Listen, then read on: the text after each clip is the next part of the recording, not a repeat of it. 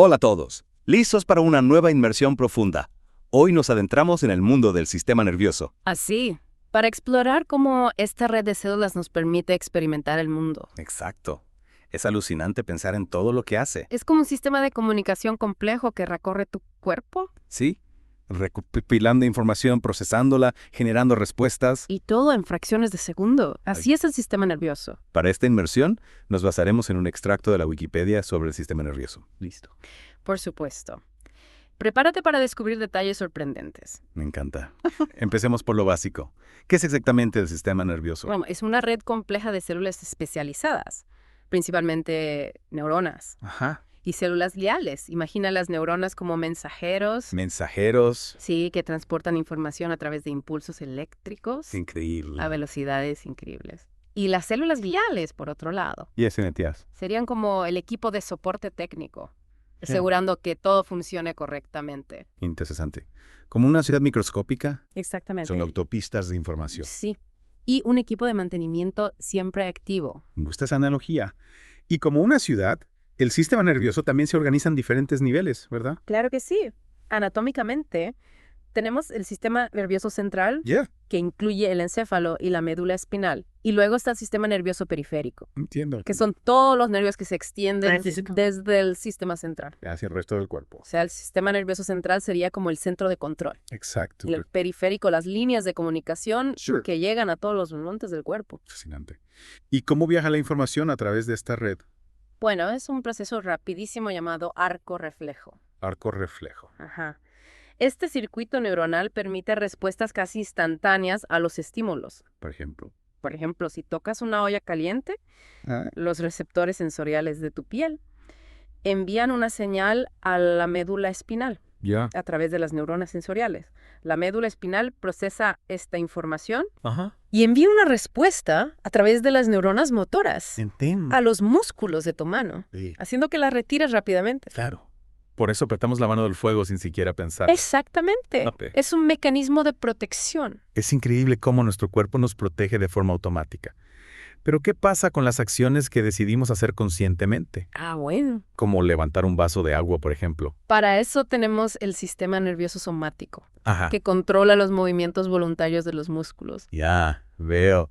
Y para las funciones que ocurren sin que tengamos que pensar en ellas. ¿Cómo cuáles? ¿Como la digestión o la respiración? Para eso está el sistema nervioso autónomo, O sea, que funciona en piloto automático. un sistema para movernos a voluntad. Y otro que funciona en piloto automático. Increíble.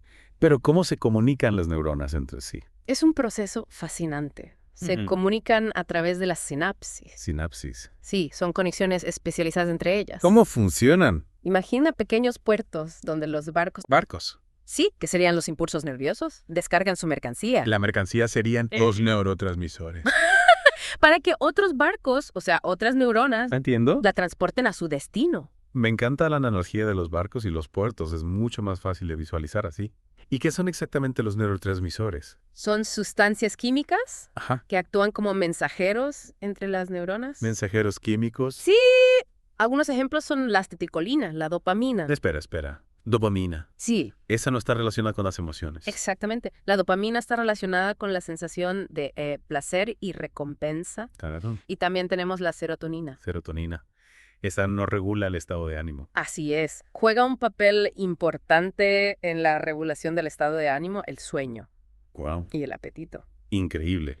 Entonces, incluso nuestras emociones tienen una base física en la comunicación entre neuronas. Exacto. Sería fascinante, ¿verdad? Totalmente.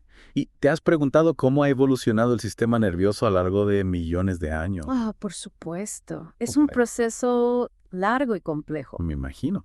¿Cómo era el sistema nervioso de los primeros animales? Bueno, desde las redes nerviosas simples de las medusas Ajá. hasta el complejo cerebro humano, la evolución ha favorecido dos cosas.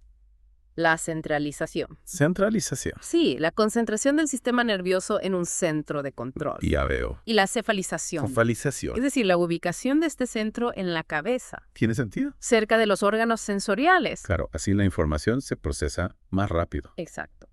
Y a lo largo de millones de años, la naturaleza ha desarrollado mecanismos ingeniosos ¿Cómo cuáles? para optimizar la transmisión de información. Uno de ellos es la mielinización de los axones. Mielinización, ¿eso qué es? Aumenta la velocidad de las señales. Suena complicado. ¿Puedes explicarlo de forma sencilla? Imagina que los axones, las prolongaciones de las neuronas que transmiten las señales, son cables eléctricos.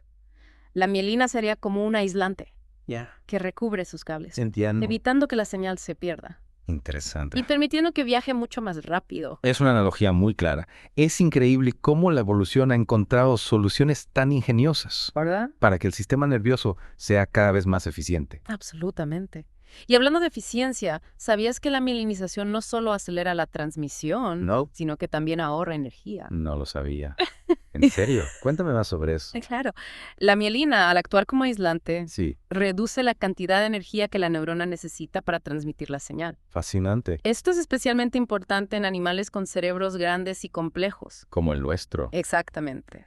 Permite que el cerebro funcione de manera más eficiente. Es increíble cómo un pequeño cambio, como la adición de mielina, Sí. puede tener un impacto tan grande en la eficiencia del sistema nervioso. Totalmente de acuerdo. Y hablando de sistemas nerviosos diferentes, ¿sabías que no todos los animales... No. Tienen un sistema nervioso centralizado como el nuestro. Es verdad. Recuerdo haber leído algo sobre eso en la Wikipedia. Ajá. ¿Podrías contarnos un poco más sobre los diferentes tipos de sistemas nerviosos en el reino animal? Por supuesto. Podemos clasificarlos en 3 tipos principales. Cicloneuros, Cicloneuros. sí, como las estrellas de mar, Ajá. tienen un sistema nervioso dispuesto en forma circular.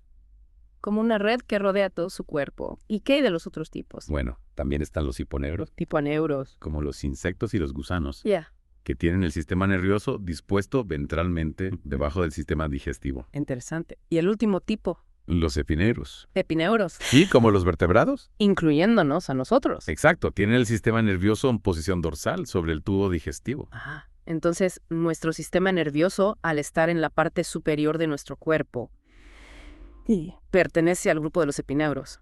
Y dentro de los vertebrados hay mucha variación en la complejidad del sistema nervioso. Claro que sí. El sistema nervioso ha alcanzado su máxima complejidad en los mamíferos, A los mamíferos. con un cerebro altamente desarrollado que nos permite realizar funciones cognitivas muy complejas. Es fascinante pensar en la diversidad de sistemas nerviosos ¿Verdad? que existen en la naturaleza y Gracias. cómo cada uno se ha adaptado a las necesidades de su especie. Absolutamente. Y hablando de adaptación, ¿te has preguntado alguna vez si las plantas tienen algún tipo de sistema nervioso? Las plantas. Nunca lo había pensado. Es posible que las plantas tengan algo parecido a un sistema nervioso. Pues, aunque no tienen neuronas ni un cerebro como los animales, Ya. las plantas sí pueden enviar señales eléctricas y químicas a través de sus tejidos para responder a estímulos del ambiente, ¿Cómo cuáles? como la luz, la gravedad o el tacto. Increíble. Siempre pensé en las plantas como seres pasivos. Sí, Pero ahora veo que tienen una forma de comunicarse y responder exactamente. a su entorno mucho más compleja de lo que imaginaba. Así es. De hecho, algunos científicos incluso hablan de neurobiología vegetal. Neurobiología vegetal. Ajá. Aunque el término todavía genera controversia en la comunidad científica. Entiendo. Es un campo de estudio relativamente nuevo, Sí. pero con un gran potencial para revolucionar nuestra comprensión del mundo vegetal. Quizás en el futuro descubramos que las plantas son mucho más inteligentes de lo que pensamos. Podría ser. Volviendo al sistema nervioso humano, Sí, ¿te has preguntado alguna vez cómo funcionan las diferentes partes del cerebro? por supuesto. Es un tema que siempre me ha fascinado. ¿Podríamos hablar un poco sobre las funciones de los lóbulos cerebrales? Claro que sí. Empecemos por el lóbulo frontal, Ajá. situado en la parte delantera del cerebro. Es el responsable de funciones cognitivas superiores, Superiores. ¿Cómo cuáles? como el lenguaje, la planificación, el razonamiento Ya veo. y el control de los impulsos. O sea, que el lóbulo frontal es el que nos hace ser humanos. En cierto modo, sí. Es el que nos permite pensar de forma abstracta, tomar decisiones conscientes Ajá. y controlar nuestro comportamiento.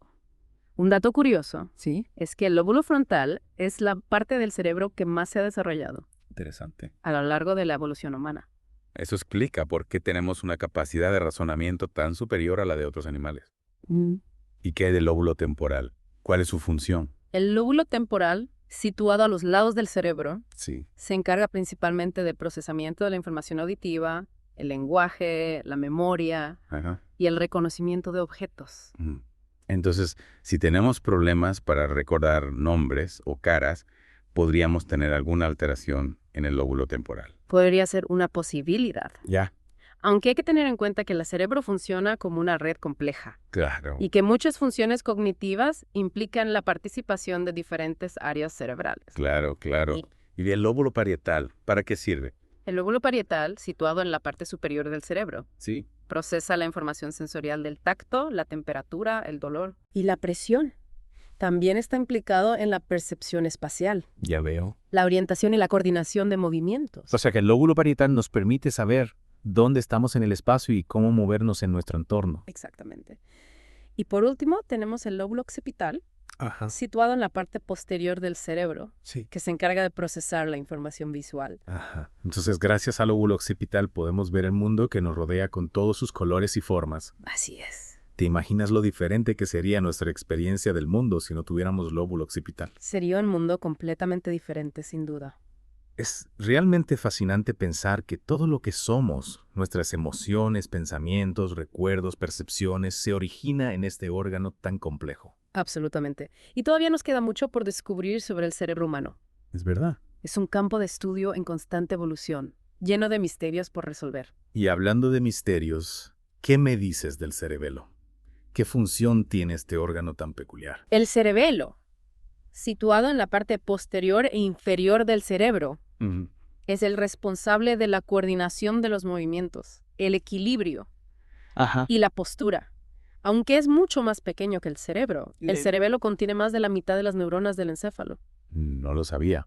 Con razón se encarga de funciones tan complejas como la coordinación de los movimientos. Exacto. Entonces, si alguien tiene problemas para caminar en línea recta o se tambalea con facilidad, podría ser un problema en el cerebelo. Podría ser una posibilidad, sí. El cerebelo también juega un papel importante en el aprendizaje motor, Aprendizaje motor. como aprender a montar en bicicleta o tocar un instrumento musical. Es increíble. El cerebelo parece una especie de director de orquesta que coordina todos nuestros movimientos, Sí. incluso los más complejos. Exacto.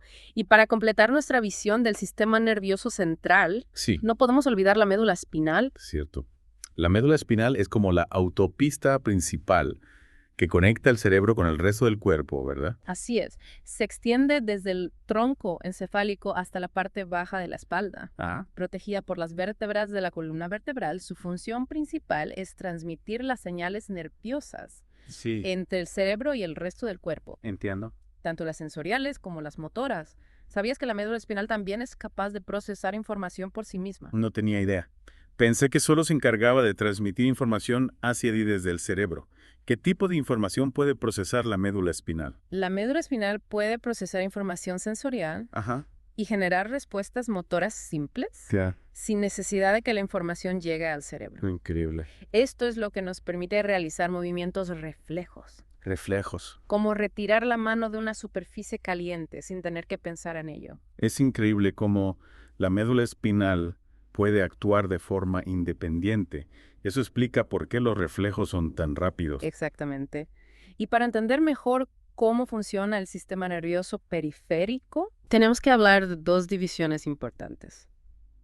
El sistema nervioso somático, Ajá. sistema nervioso autónomo. Adelante. ¿Cuáles son las diferencias entre estos dos sistemas? El sistema nervioso somático, también llamado sistema nervioso voluntario, Ajá. controla los movimientos voluntarios de los músculos esqueléticos. O sea que cuando decidimos levantar un brazo o caminar, Sí. estamos usando el sistema nervioso somático. Exacto.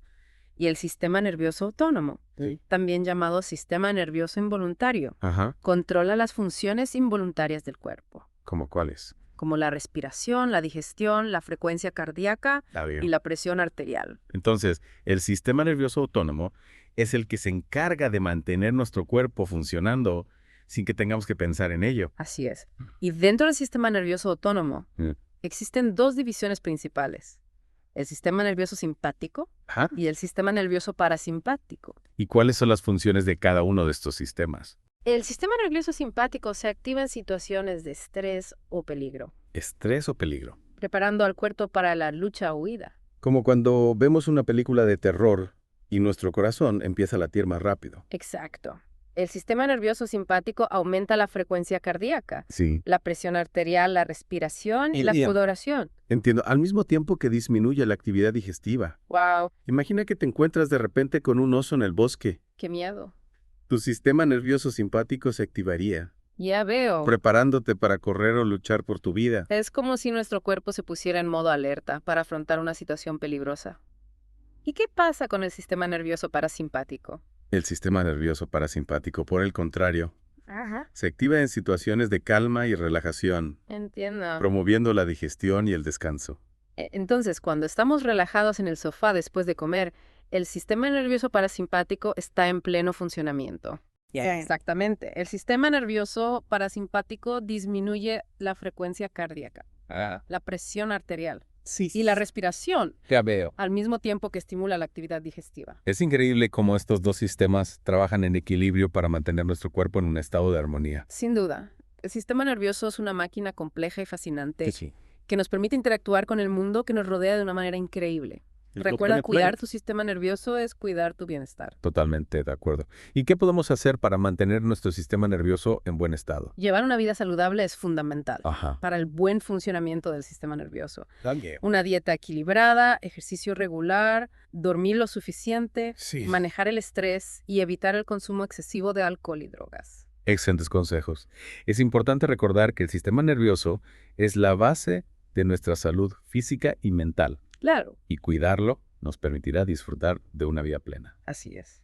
Y hablando de cuidar el sistema nervioso, ¿sabías que la meditación y el mindfulness pueden tener efectos beneficiosos en el cerebro? Y he oído hablar de eso, pero no conozco los detalles.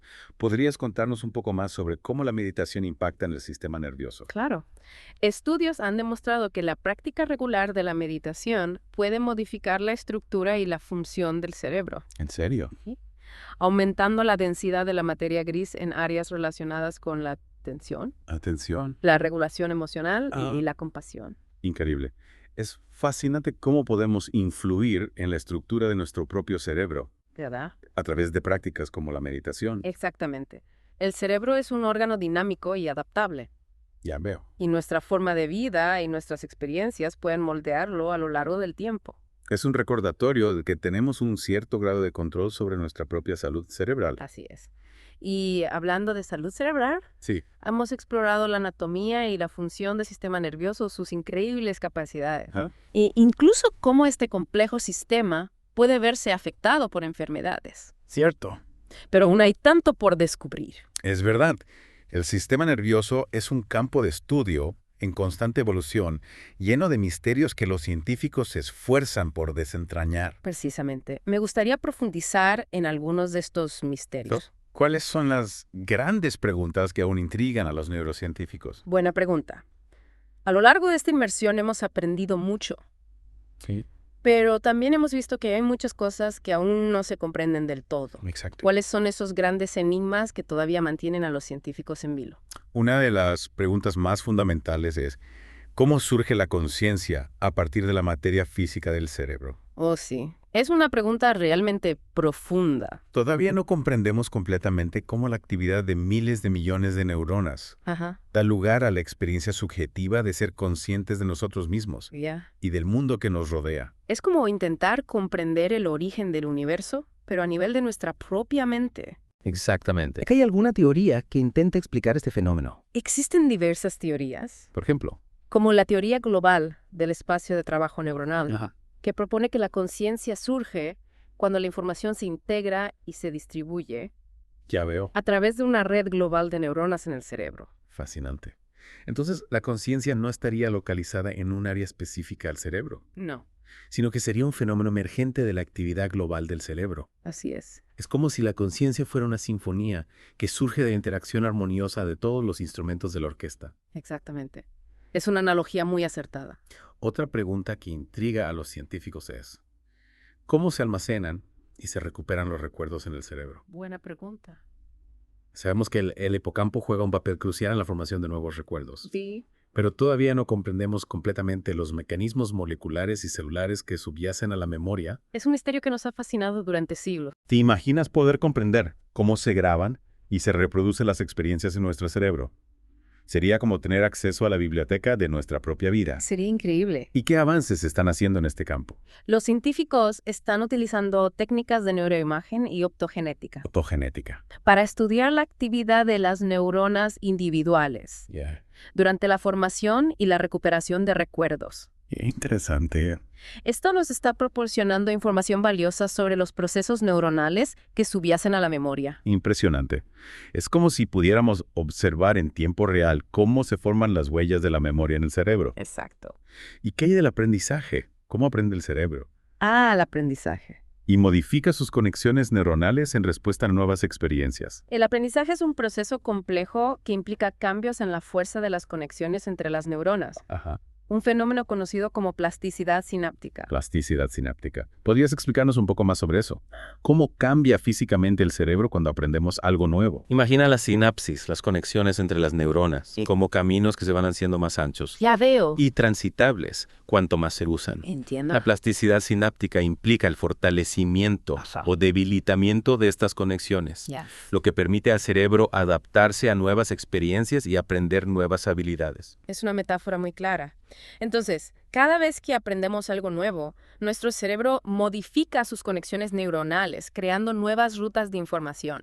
Es como si nuestro cerebro fuera un mapa que se va redibujando constantemente a medida que exploramos el mundo. Exactamente. Ya. Y esta capacidad de adaptación Sí. es lo que nos permite aprender a lo largo de toda la vida. Wow. Desde habilidades motoras simples hasta conceptos abstractos, complejos. Es realmente fascinante cómo el cerebro se transforma a sí mismo en respuesta al aprendizaje. Es increíble, ¿verdad? ¿Y qué de los sueños? ¿Por qué soñamos? Oh, los sueños. ¿Y qué función tienen? A veces son tan vívidos e intensos que uno se pregunta de dónde surgen. Yeah. Los sueños siguen siendo un enigma para la ciencia. Ya veo. Se cree que están relacionados con la consolidación de la memoria, el procesamiento de emociones Ajá, y la resolución de problemas, entiendo. aunque todavía no hay una respuesta definitiva sobre su función. Es un tema que siempre me ha intrigado. Es posible que los sueños sean una especie de simulador Podría ser. que nos permite procesar experiencias y emociones en un entorno seguro. Es una posibilidad. Los científicos están utilizando técnicas de neuroimagen y electroencefalografía Electroencefalografía. para estudiar la actividad cerebral durante el sueño. Ya. Esto nos está proporcionando información valiosa sobre las diferentes etapas del sueño Ajá. y los procesos neuronales que subyacen a los sueños. Impresionante. Es increíble pensar que todavía nos queda tanto por descubrir sobre nuestro propio cerebro. Y, sin duda, el estudio del sistema nervioso es un campo en constante expansión, Sí. lleno de desafíos y oportunidades para comprender mejor la naturaleza humana y desarrollar nuevas soluciones para los problemas que enfrentamos como especie. Es una invitación a seguir explorando, ¿verdad? El sistema nervioso es como un universo en miniatura, Así es. lleno de maravillas y misterios por descubrir. Exacto. El cerebro es la estructura más compleja del universo conocido. Sí. Y su estudio nos desafía a expandir los límites del conocimiento y la comprensión. Y con esta reflexión tan inspiradora, damos por concluida nuestra inmersión profunda en el sistema nervioso. Ha sido un viaje increíble a través de las redes neuronales, los neurotransmisores, los lóbulos cerebrales Sí. y los misterios de la conciencia. Ha sido un placer compartir este viaje contigo. El placer ha sido mío. Recuerda, cuidar tu sistema nervioso es cuidar tu bienestar. Sigue explorando, aprendiendo y maravillándote con las capacidades de tu propio cerebro. Muchas gracias por guiarnos en esta fascinante aventura. Y a todos nuestros oyentes les invitamos a seguirnos en nuestro próximo Deep Dive, donde exploraremos otro tema apasionante del mundo de la ciencia y el conocimiento. Hasta la próxima. Hasta la próxima. Atomoki